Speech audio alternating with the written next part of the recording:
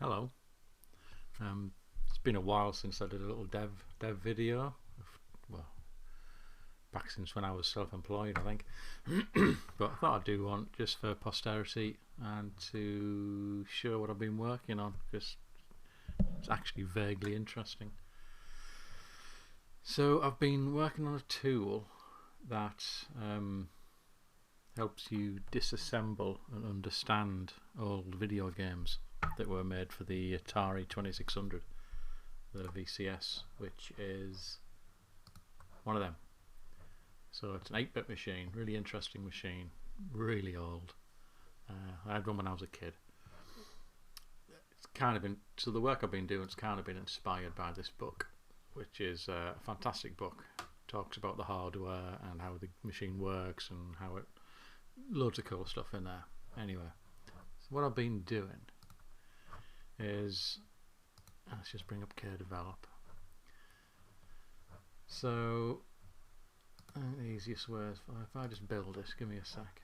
Alright, do a build, So Atari's 2600 ROMs, the actual games on cartridge, they're just ROM files. They're only a few K big, and they're written in 6502, and some people have reverse engineered them and kind of stepped through the code and worked it all out, and this is one of them. So this guy's taken Combat and he's like by hand, he's worked out what every single bit does and what all the code does. You know, he's kind of built this assembler file here, which you can then use to recreate the game. You know, if you assemble that, you get the ROM. What I want to do, I want to write a tool which helps in the process of taking a ROM and understanding how it works. So I'm not very far through it. So I've been playing with DIMGUI, which is pretty good, fantastic UI library. So if let's just execute it. So I'm just playing around with stuff really. I'm calling this tool Vistella. So I've automatically loaded the Combat ROM off the command line. If I bring up the memory view, so this is a memory dump of what's in the virtual machine which I've built. I've got a virtual 2600. So if I go to the start of memory, there we go. So that's half the ROM. There you go. So this 2K block is the entire game Combat, and if you're not aware of what that looks like, let's have a look on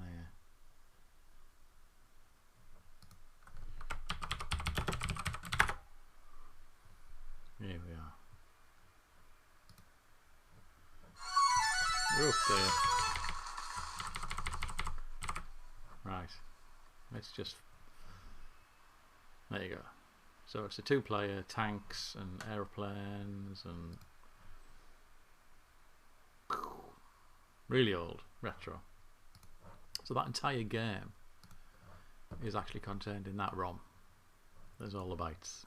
Memory address F000 is a start. So the first step of understanding what's going on and how this program works is to disassemble it. So I've got a disassembly window. Now I know that F000 is the entry point. So I've basically written a disassembler which steps through the memory, replaces them with proper 6502 instructions, but it also does a little bit of static analysis on it. So I'm automatically generating labels for any jump destination, filling them in. Not everywhere they should be, but most of the places.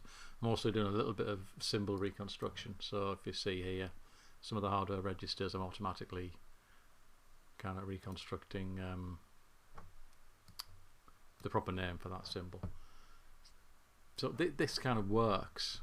The main backbone for this right now. If you come down here, you can see this is all graphics, but it kind of breaks the disassembly. So that's another thing I've got to do, is separate code from data. But the symbol table is kind of the backbone to this. So I've got a symbol table.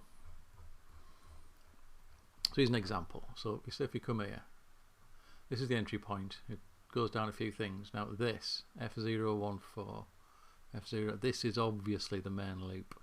It iterates round and round here. So what you could do, you could find that F014 in here. There we are. Edit.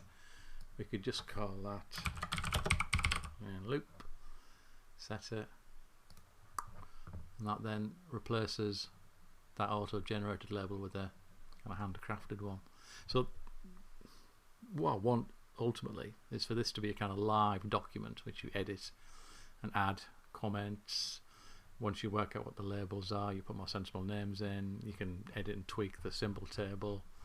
You'll be able to see graphics properly represented where they are actually graphics in the ROM, and basically reconstruct what this guy did with the combat one. Yeah, just kind of work out how it works, but do it interactively and do it a bit less tediously than doing it all manually. So what I also want to do on top of this is have a proper virtual machine running with the display, simulate the VIA, the Riot chip, so you can tick through and actually you'll have to see the program counter and all this kind of thing, you know. So basically write a little emulator in here. So you'll have code analysis, emulation, editable symbol table, and what I also want to do is basically try and spit some nice graphics out when we worked out what the flow is of the disassembly and all the jumps and the patterns of execution. Just explore different ways of visualizing it graphically, you know, kind of left-right profile views or code block jumps or whatever. I don't know, I'm just going to play with it. So that's kind of what I've been up to really, and this is currently running on Linux using DAIMGUI. JSON 11 is the JSON parser I've got, and anything interesting in the source code. Yeah, and CMake's the backbone of actually making it. I've learned a bit of CMake. You define the symbol table via a JSON file.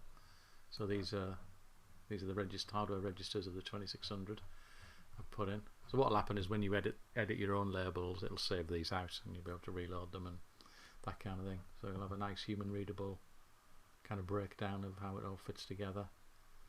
Error codes. That's kind of it really.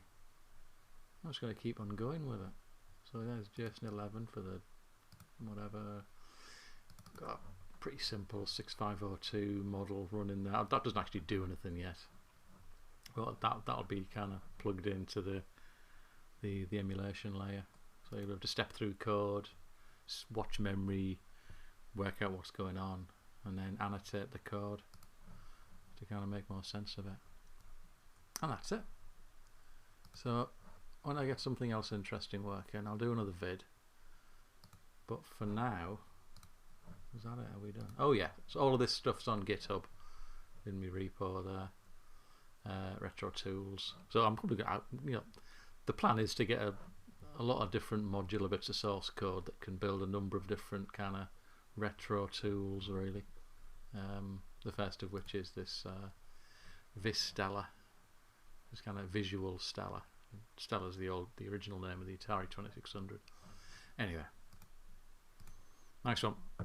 I'll talk to you all again soon.